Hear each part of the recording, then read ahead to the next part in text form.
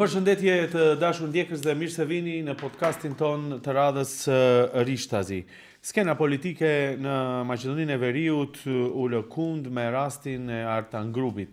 Sigurisht të gjithë ju ose të gjithë opinioni e kanë ndjekur se çfarë ndodhte me dorëzimin e tij, pas dorëzimit të tij dhe sidomos reagimeve të mëdha që janë në opinion për mënyrën se si u procedua ligjërisht. Por njëkohësisht ka debate të ndryshme ose qëndrime të ndryshme për atë se kë më shumë e favorizon ose kë më shumë e dëmton kjo situatë rreth Artan Grupit. Për të diskutuar për këtë çështje, por edhe për t'i dhënë një pasqyrë më të gjerë situatës politike dhe zhvillimeve në kontekst pak edhe historik, këtu në studio kam nderin të kem Aleksandar Çomovskin, kolegun tim gazetar. Ti благодарам много što si del od ovoj podcast Rishtazi ili повторно. Мене колка ми е слаба страна. Еве ќе почнам несомнено, ми е чест што си тука, бидејќи многу години сме разговарале, сме соработувале индиректно, но понекогаш треба, мое мислење, размислување, кое малце е по-сталажно и не е толку еуфорично. И првото прашање, се што се случува со Груби, како ја гледате реакцијата? Еуфорија или има сепак некаква логика? Политичка манипулација.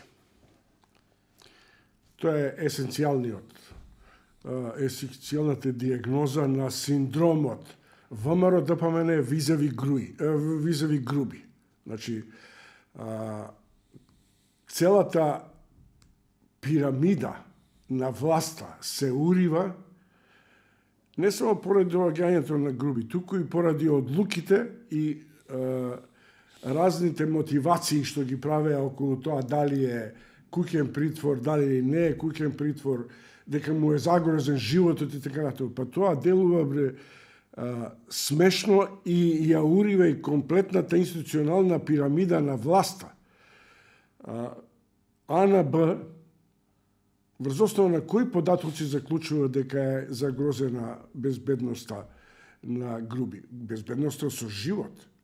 Значи, тоа е едната работа. Ако е тоа така, зашто со таква иста диагноза не се однесуваат и кон другите затвореници или осомничени кои имаат истото важна тежина? Да не забораваме дека у затвор се убици, поранешни терористи, така наречени и така натаму. Нив ги препуштивме на затворската мафија и така натаму. Значи, тоа е бизарно е на начинот на кој се водеше кампањата. И на крајот на криштата, ова е голем пораз на власта. Зашто е голем пораз? Не затоа што се вратил Груби, не затоа што им паѓаат тезите дека сега кога ќе проговори Груби, ќе се види криминалот на СДСМ, ВМРО, СДСМ и ДУИ и така натаму. Има само една мала задршка од моја страна. Дали враќањето на Груби е на одреден начин сигнал од големите центри на моќ, од Вашингтон, врзан со реализација на проектот Бекстел Јенка и автопатот. Дека е една обична политичка манипулација. Ова е голем залог и неизвестно за мене. Но дека е политичка манипулација на денот кога Груби се враќа во Скопје, вечерта е изгласен закон за продолжување на автопатот со нови 160 или 186 милиони евра. Па тоа веќе не само што е Вучичев рецепт, туку е една комплетна мимикрија дека владеечката гарнитура во овој момент е во хаос. Погледате ги реакциите и на нивните коалицијски партнери. Министер за правда, кој ако не знае што има АНБ, не е министер за правда, излегува и ги прозива судиите, обвинителите и така натаму. Тоа ли е независното судство и правосудниот систем? И сега такви детали има толку многу што се бизарни, прилично хумористични, но и истовремено зборува за мимикријата на општествените вредности, на политичката ситуација и така натаму. Добро, неколку работи спомнаме, ќе те вратам на првото. Ако Артан Груби беше символ на корупцијата, нели цела политичка кампања се водеше и сега се случи негово враќање и нели намалување на тоа што се бараше во контекст на тоа колку да биде изолиран или сега е во куќен притвор. Има огромни дебати, тоа ако кажав и во почетокот во најавата, кој има поголема придобивка од ова, бидејќи од една страна властата вика еве, правдата ќе се задоволи, од другата страна поготово опозицијата, но поготово граѓаните викаат дека ова се е договорено. Јас не сум од оние новинари кои паѓа на масовната и хистеричната реакција. Ова е се договорено и се прават разните конструкции. Повторно велам дека прашање е дали Вашингтон има јасни сигнали за сделката што Груби ја направи со Бекстел и Енка, за тие 2 милиарди автопат, за кој Еди Рама веројатно треба да ни дигне споменик, бидејќи ја отвараме трансверзалата Коридор 8 без денар да даваат, и што е најважно, тоа е прилично симптоматично за нашата реална моќ. Не е прашањето дали и зашто Груби се вратил. Прашањето што Груби се институционализира во целата филозофија на јавните настапи на Мицковски, дека тој е синоним на Дуи, Дуи е синоним за криминалот. Ако настапуваш така и ако ти се урива целата пирамида на институционални вредности, ако воопшто има, сега прашањето е каков капацитет има АНБ да прави таква проценка. Дали АНБ знае, например, можеби, дека од Вашингтон стигна лабар? Ако знае, тоа веројатно знаат Мицковски. Ако тоа го направил, тоа не може да го помине со нивните реакции какви што ги има. Но има и една друга работа. Не е ВМРО така наивно. Погледнете реакцијата на вториот ешелон. Молчат, знаат дека е во прашање прилично кревки столбови на целата приказна околу Груби. Но Груби има една многу важна димензија за Ахмети и за Дуи.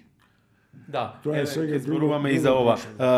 Но што би значело токму враќањето на Груби за Дуи во контекст на начинот како ќе се перцепира во јавноста, кај гласачите, но и во целокупните односи политички во државата?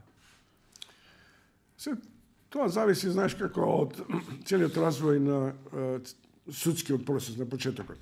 Инако, од оно што јас неформално или неофицијално го знам, битието на кривичното дело за кое Груби се товари, а тоа е преседавањето на владата со одлуките за измена на правилникот и така натаму, има една многу стаклена тежина, а тоа е што правиле другите министри македонци кога се носеле таква одлука на влада. Тоа е одлука на влада, тоа не е одлука на Груби.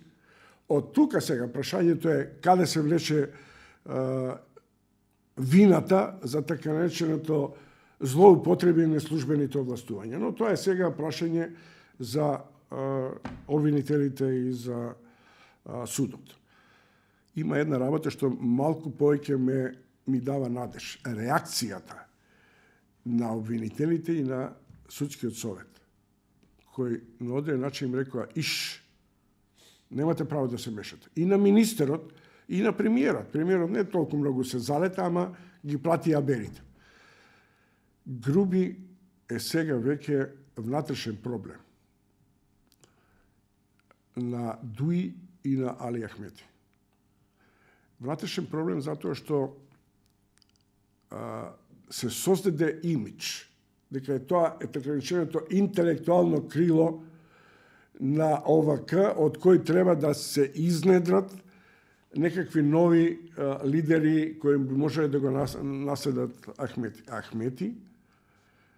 И после Груби и пред Груби останува синоним и без преседан политички фактор у Македонија кој се одржува на ниво на натуралност, на ниво на инстинкт.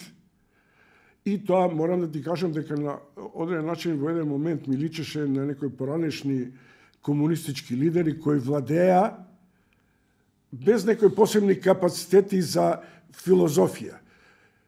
Кај е инстинктот на Ахмети?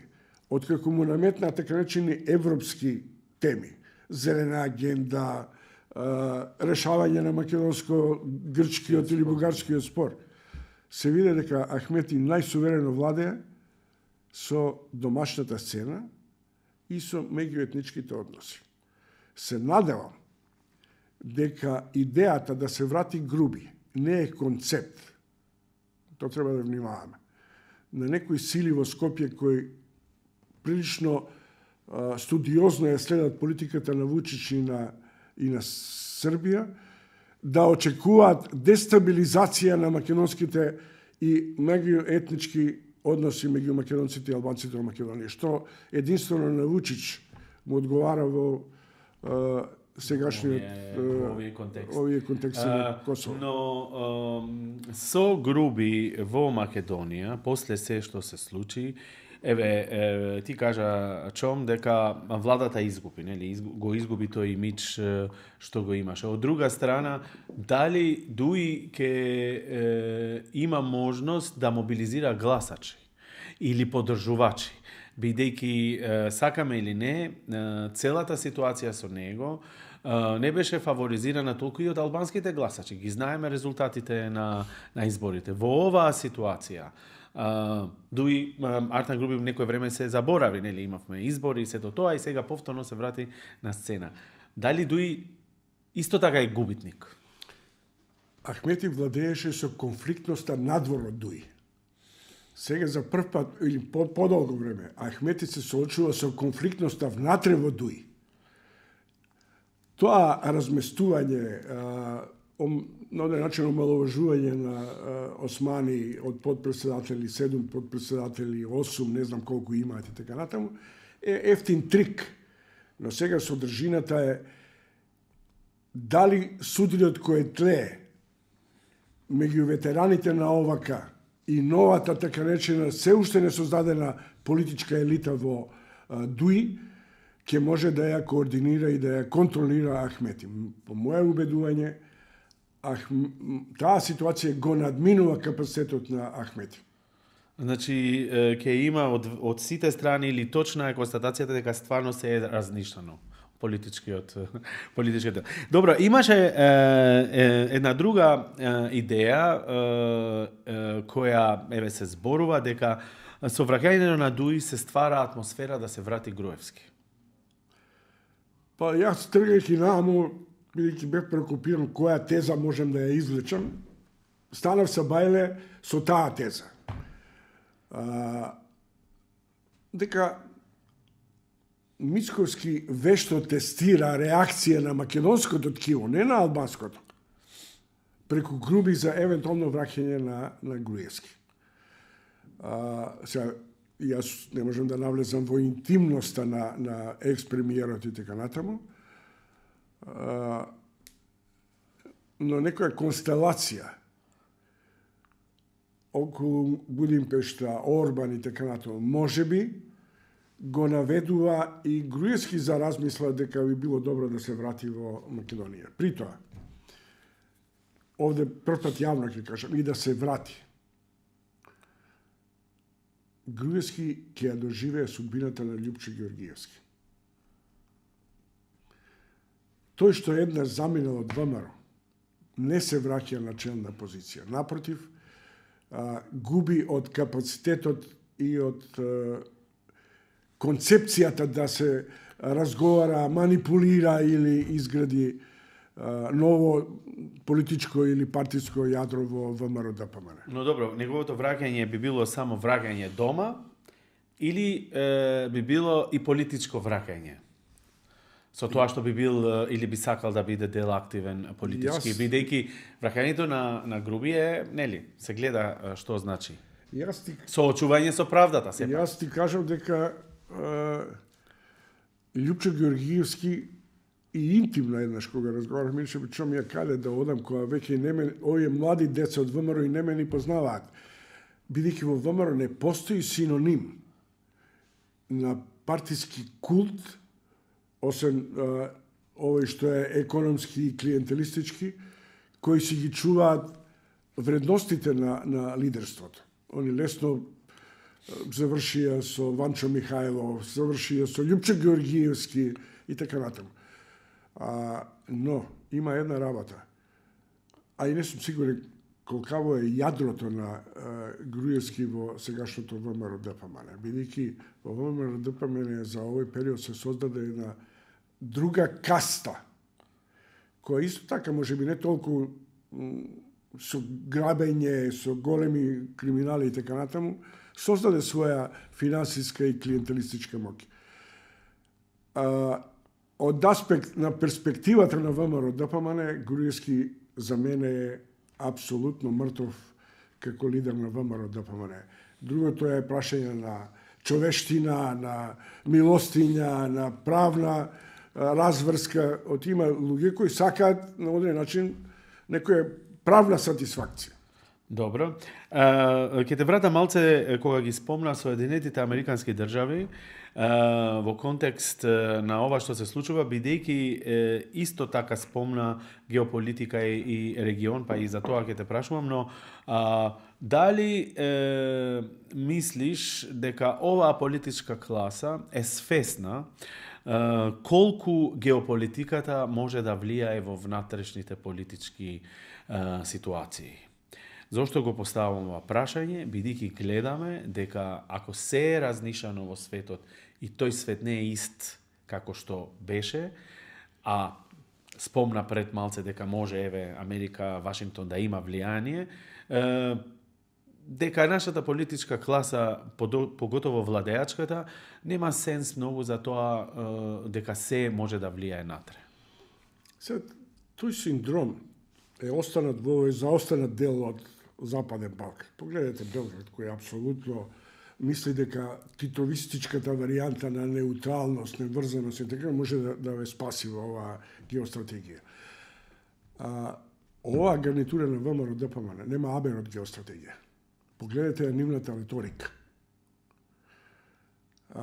Се е нихилистички пристап. Не чини договорот од Преспа, не чини договорот од Софија. Додека ние тоа го зборуваме, тие две соседни земји, само нив, се извадија од калта со големата криза финансиска во Грција благодарејќи на Европска унија. Со напредок во Бугарија и огромни инвестиции на Европската унија во Бугарија. Додека ние од наш джеп вадиме пари за патиштата, бугарите ги направија тоа со Брисел. Тоа е елементарно непознавање што е геостратегија.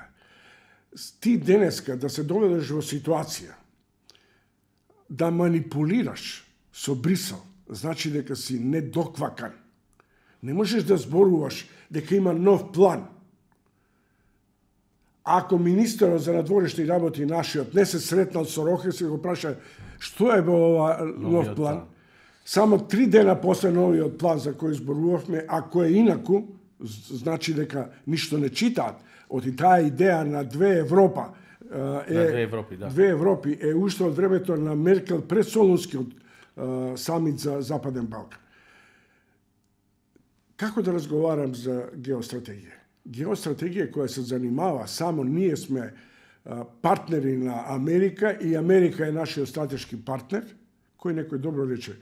Точно е дека е стратешки партнер, ама ние не знаеме дали Америка смета Македонија за стратешки партнер, што е нонсенс оваа ситуација.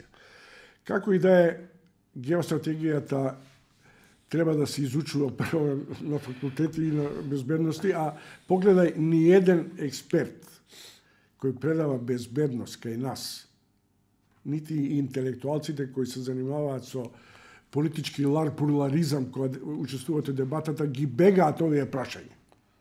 На 2 пати се обидов да ја наметнам темата, ајде, остајте ги бугарите, кога ќе се ослободиме од притисокот на Белград во креирањето на политиката, здивени се. Не сака да чујат дека тоа може да го наруши, да ја наруши оската Белград-Скопје.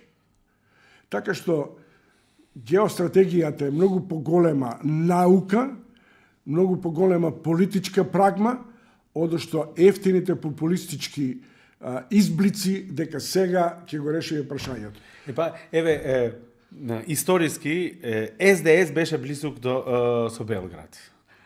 Тие прекина некако да бидат толку блиски. Сега имаме контрадикторност, нели? ВМРО, кој треба да биде поблиску со другите соседи, ја има ова оска.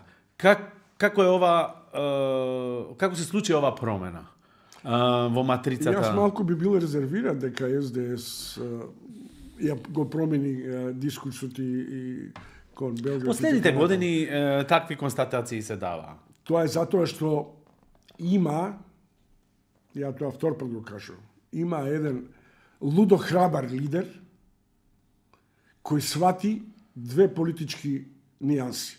Прво, се што треба да направиш, а е патриотски или националистички изложено на ризик, се прави у првиот налет, Заев тоа го направи, и ги обезбеди, условно кажам, 2 геостратешки граници, а тоа е Софија и Атина. Ако ништо друго, и во 2 центри има веќе на одреден начин сознание дека постојат структури со кои може да се разговара, постојат добри намери и постојат лоши реализации.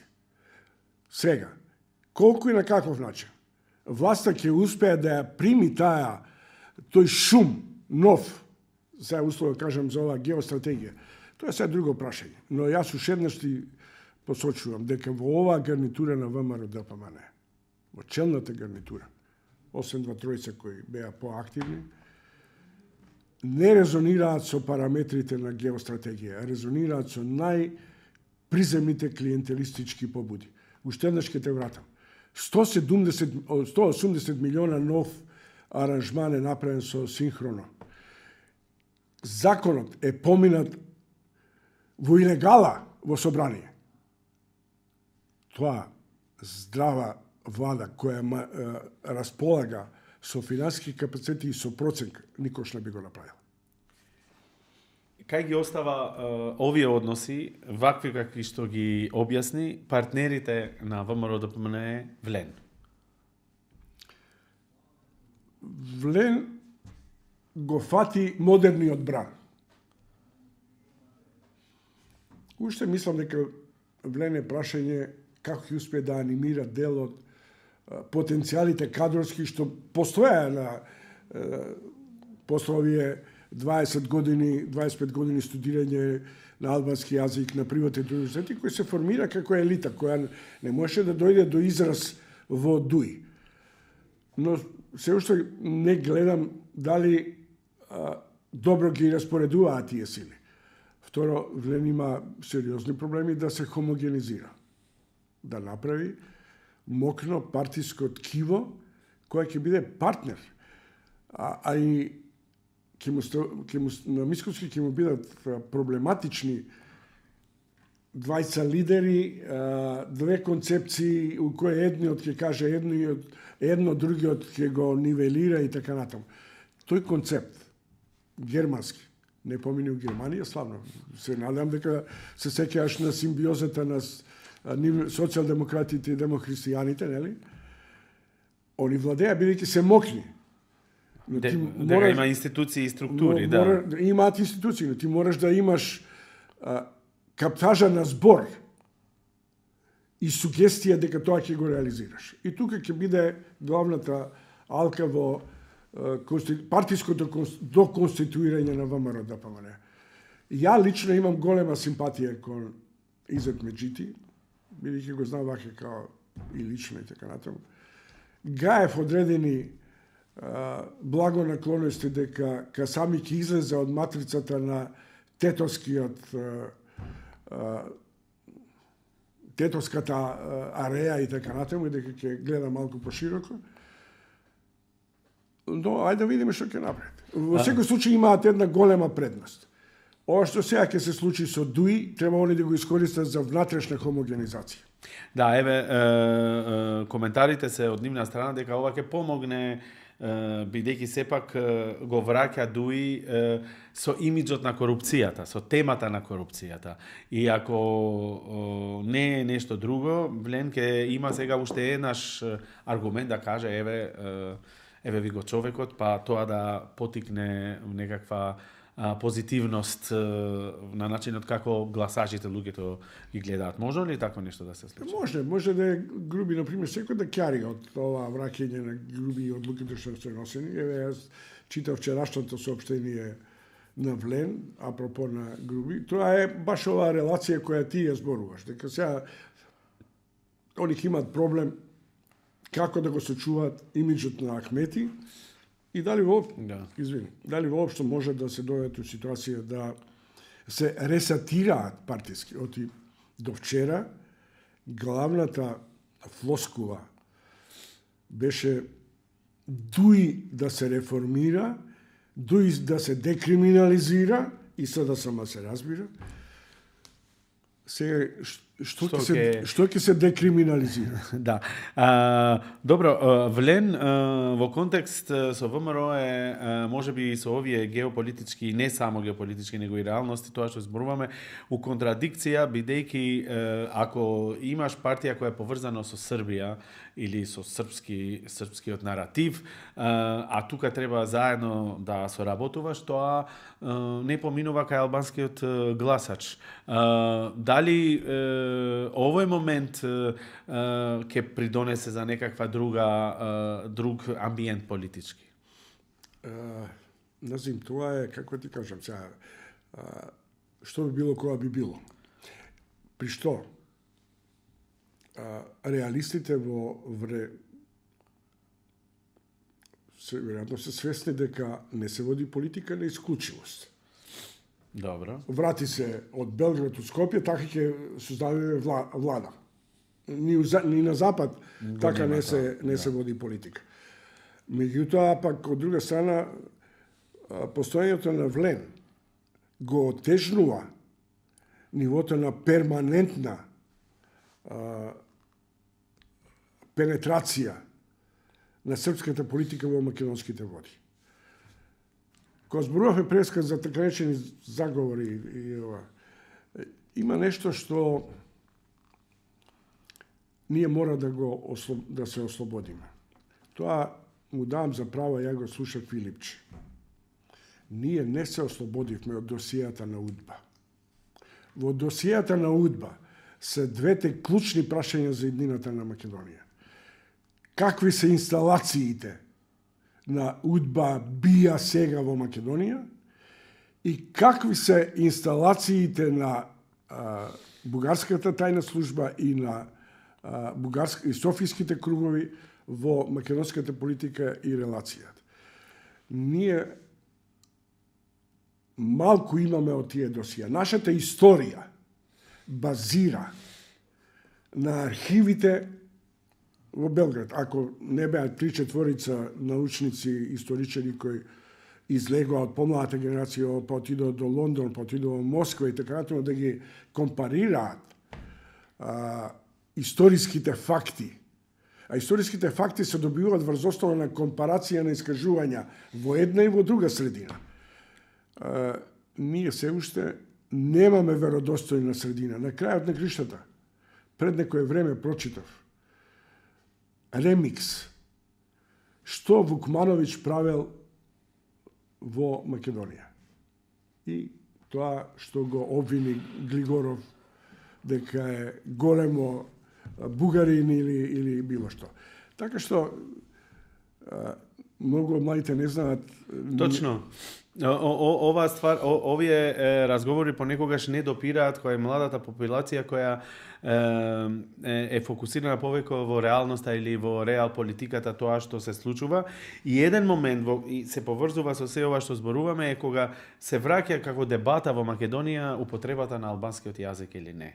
И по контекст на тоа како Влен нели ја става опозиција со ВМРО, но не само тоа. Никој во албанскиот свет во Македонија, ама и другите чинители не се срекни или мислевме дека оваа тема е завршена и ние сега повторно треба да се вратиме и да ја дискутираме. Што мислиш за последните дискусии, дали еден испит може да се даде на албански или не знам што употреба, министерката излегува, вика дека вие треба сите да знаете зошто е ова, значи некаков начин на наметнување на одредена политика или одредено видување на општеството. Сега, ја за јазикот постојано се зборува, ова варијанта на ново наметнување на така речена уставнизација на примената на албанскиот јазик има политичка конотација дури и кај Уставниот суд. Ја ги следам настапите на председателот на Уставен суд кој поприлично ексклузивно настапува дека има или немаат право и така натаму. Прашањето на правосуден испит, тоа не е прашање за Уставен суд, тоа е прашање што Мицкоски ова влада пуштија во промет законско решение без да имаат во предвид дека со една норма може да го решат тоа прашање на полагање на албански јазик. Но, има една работа. Полагањето на албански јазик, правосуден, не значи дека правниците албанци се спремни да судат во една мултиетничка Македонија. И дека тој што не знае македонски јазик, а таму има перфектни и суптилни констатации во водењето на спорот, во образложението на судската пресуда, кои не може да базираат толку знам македонски, толку знам албански. Или ќе знаат, или ќе се вратиме, јас сега прв пат ќе ти кажам, на Македонија не достига внатрешно ново реструктурирање на меѓуетничките односи преку познавање на јазикот. Што ова значи? Јас сум учел српско и хрватски. Моите деца не знаат. За внукот бидејќи има изострено чувство, па ги разбира србите. Имаше еден голем програм на Волебек, мислам дека се вика еврокомесарот, како се викаше? Да, Волебек. Волебек. Тоа, кој ја остави матрицата на решавање на меѓуетничките односи базирана на познавањето на двата јазика во средините во кои кохабитираат албанците и македонците. Се формираат први паралелки на две образовани и така натаму. Моите внуци учат одат во приватна градинка каде што се зборува македонски и албански. Македонски и англиски. Англискиот е јазик на комуникацијата. Добро, да. Сега ја и дома прашувам, а и сите ги прашувам.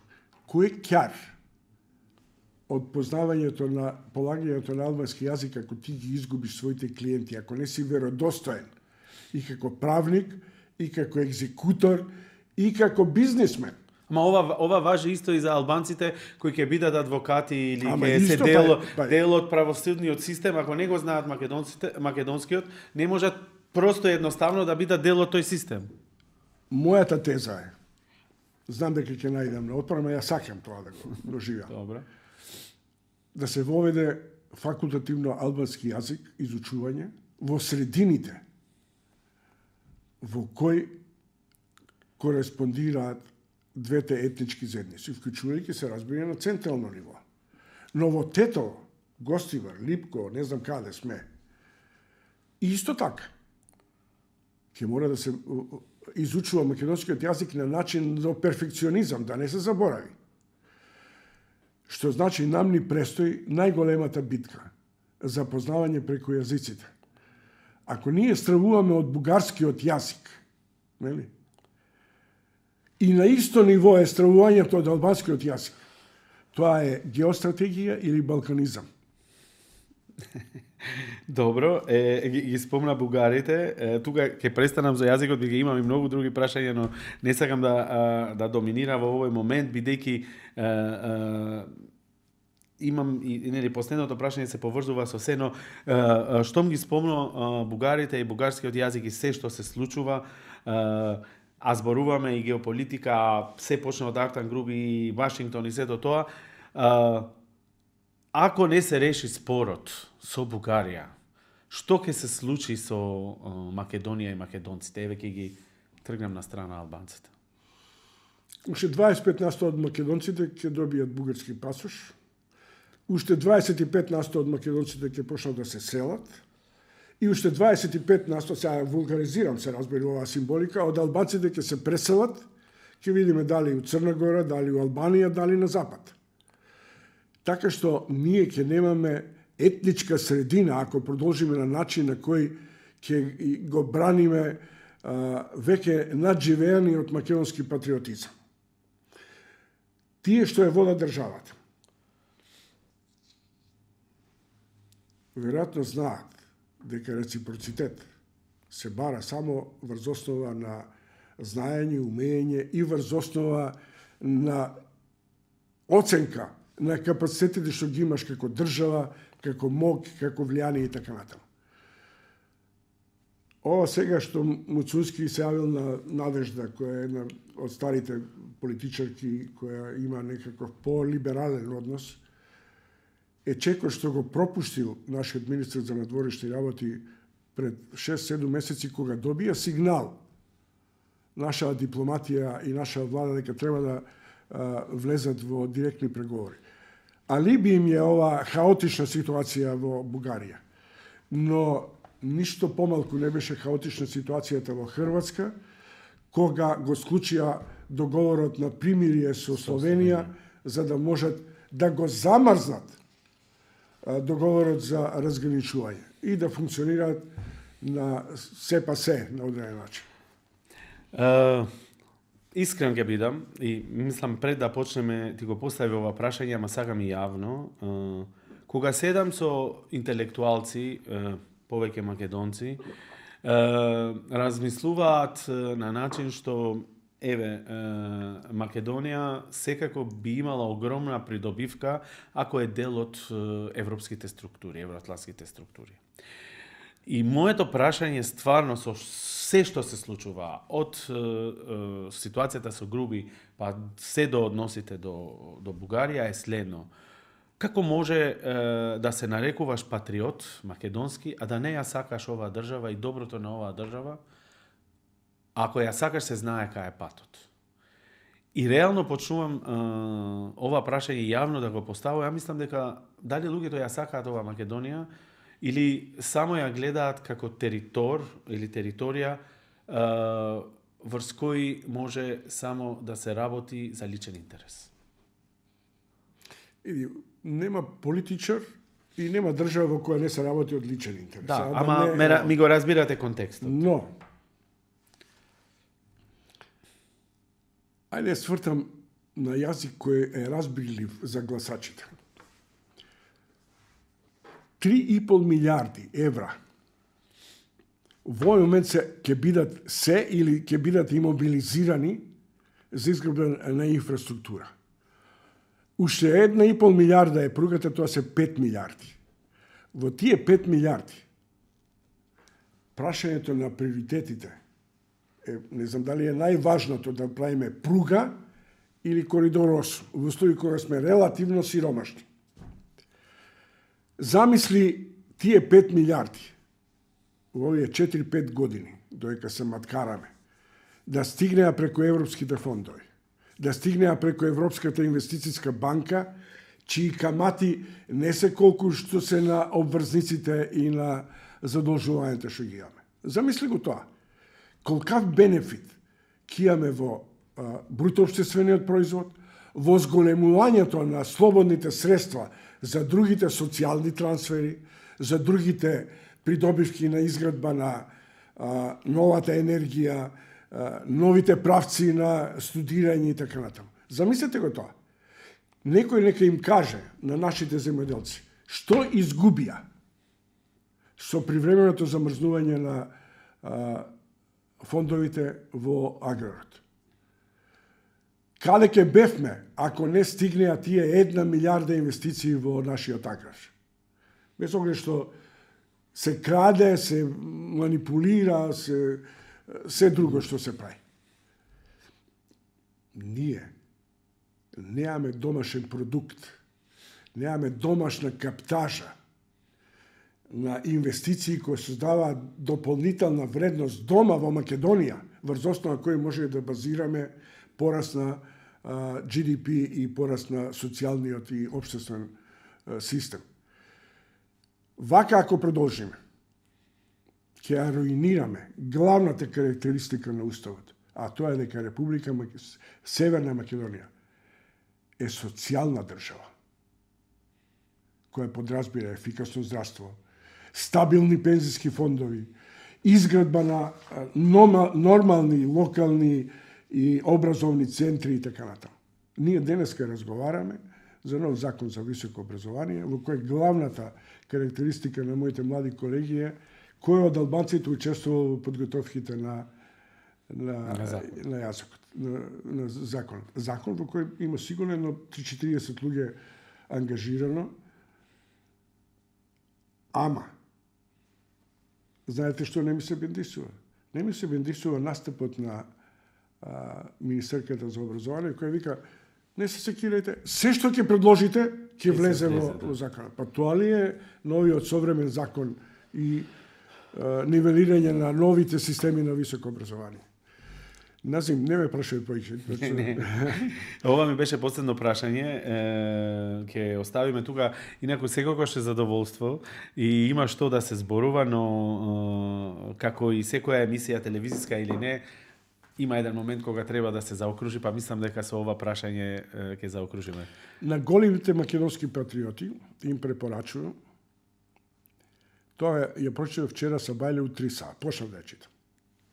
Ванчо Махајлов, делото Македонија и Швајцарија на Балканите. Добро, со ова ќе завршиме. Александар Чомовски, фалемдери шум. Благодарам многу и тебе. Дашур, дјекас ishte biseda me gazetarin Aleksandar Çomowski për gjithçka çfarë ndodh, por edhe duke dhënë një vrojtim gjeopolitik të ngjarjeve dhe ndikimeve se si ato reflektojnë në politikën këtu tek ne. Programi podcast Rishtazi do të vi sërish me ju, deri atëherë, mirupafshim.